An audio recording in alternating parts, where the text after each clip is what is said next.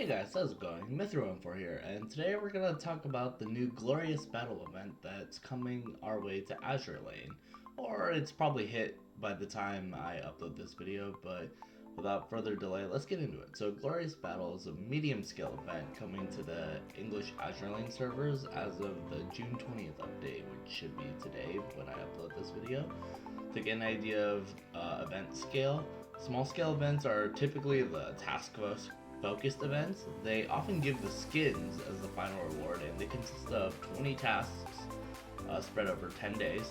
Medium scale events involve having like special worlds and very small inclusions to certain construction pools. Typically, for the most part, you get the rewards just by completing the world a set amount of times, and you can be done with them pretty quickly.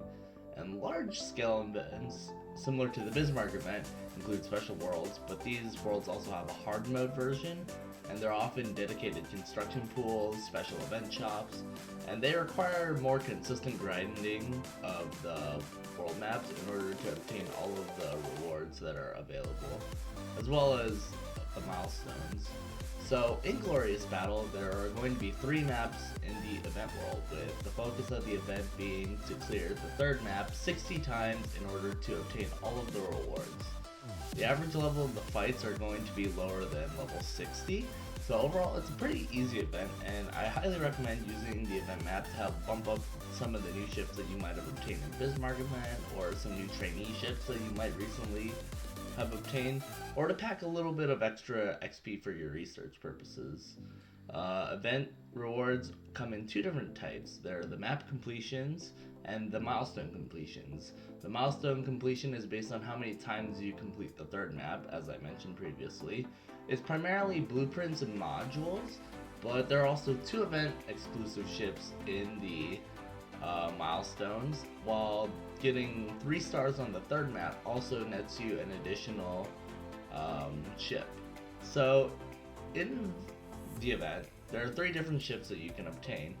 The HMS Destroyer Acosta, the reward for 3-starring SP3, Destroyer Ardent, who's a drop on the second map and a milestone for completing 20 times, and Glorious, who you get for completing the map 60 times and is a drop on SP3. So in terms of Acosta, she isn't a very strong ship on her own, which is kind of ironic considering that one of her skills requires her to be the only frontline ship in the fleet in order to get increased damage. She also has a smokescreen skill, but in terms of stats and performance, she's kind of inferior to Fortune's Retrofit, even Fortune Base in that respect.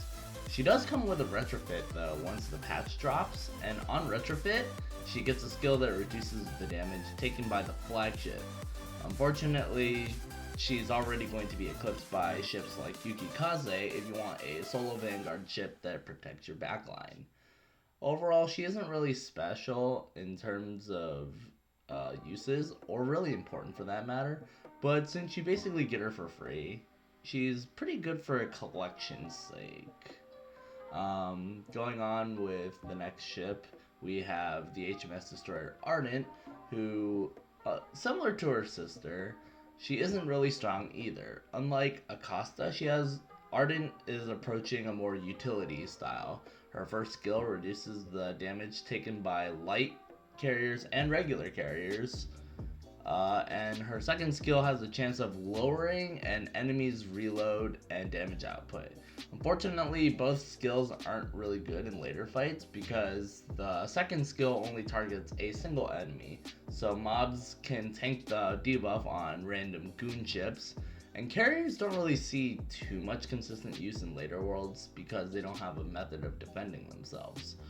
Ardent also gets a retrofit once the patch drops with her new skill, increasing the damage output by allied light carriers and regular carriers. Ultimately, Ardent has a little bit better use than Acosta, thanks to her utility, but she doesn't really see that much use until Season 2 of Priority ships come into play. And even then, you'll probably have better options Lastly, we have the HMS carrier Glorious, who is the namesake of the event. She's a pretty interesting carrier, mainly because she's a utility carrier based on her airstrikes, very similar to Illustrious. Both of her skills involve buffing the Vanguard when she launches an airstrike, one of them increasing the damage output of the Vanguard, and the second decreasing the damage taken.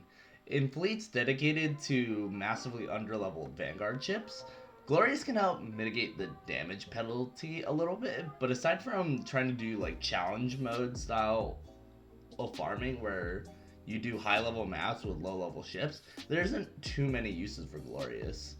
Ultimately, none of the 3 ships in this event have a really dedicated use, but since it's a medium scale event, you get these ships for almost no investment, so they're pretty much free collection entries if you want to think of it that way.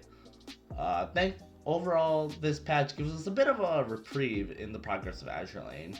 World 12 hit the English servers, and the Bismarck ended, also ended back on the June 13th patch, which was last week. So we haven't really had too much time to relax and kind of regain a calm tempo.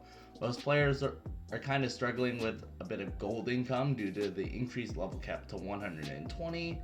So really, in the past week, we've been slowly recovering from fuel and gold shortages from the previous event and the events recently.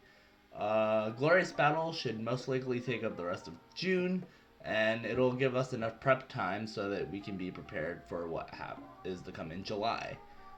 Thank you guys for watching. If you guys enjoy this type of content, please like, comment, and subscribe for more. Feel free to join my guild, add me as a friend. Thanks for watching.